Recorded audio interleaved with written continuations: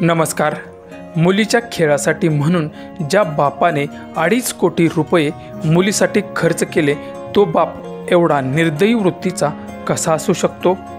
सविस्तर बातमी पुढे पाहण्याआधी चॅनलवरती तुम्ही नवीन असाल तर आपला RZ मराठी न्यूज चॅनल जरूर सबस्क्राईब करून घ्या। मिळालेल्या माहितीनुसार टेनिस खेळाडू असलेल्या राधिका यादव हिची हत्या तिच्याच जन्मदात्या बापाने केल्याची धक्कादायक घटना उघडकीस आली आहे।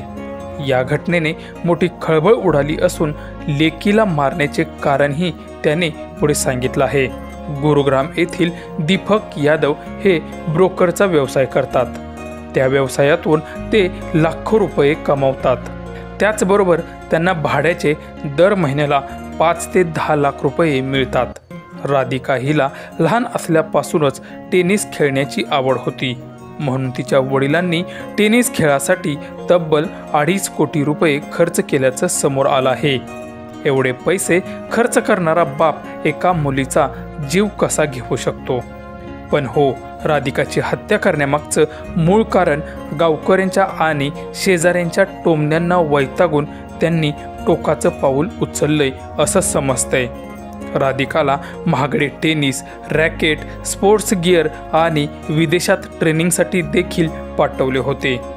राधिका मागील 2 वर्षांपासून दुखापतीमुळे टेनिसपासून दूर होती। ती सोशल मीडिया इन्फ्लुएन्सर बनण्याच्या दिशेने काम करत होती। राधिका ही फिटनेस, टेनिस आणि रील्स बनवत होती। यामध्ये तिची आई सुद्धा तिला मदत करत होती।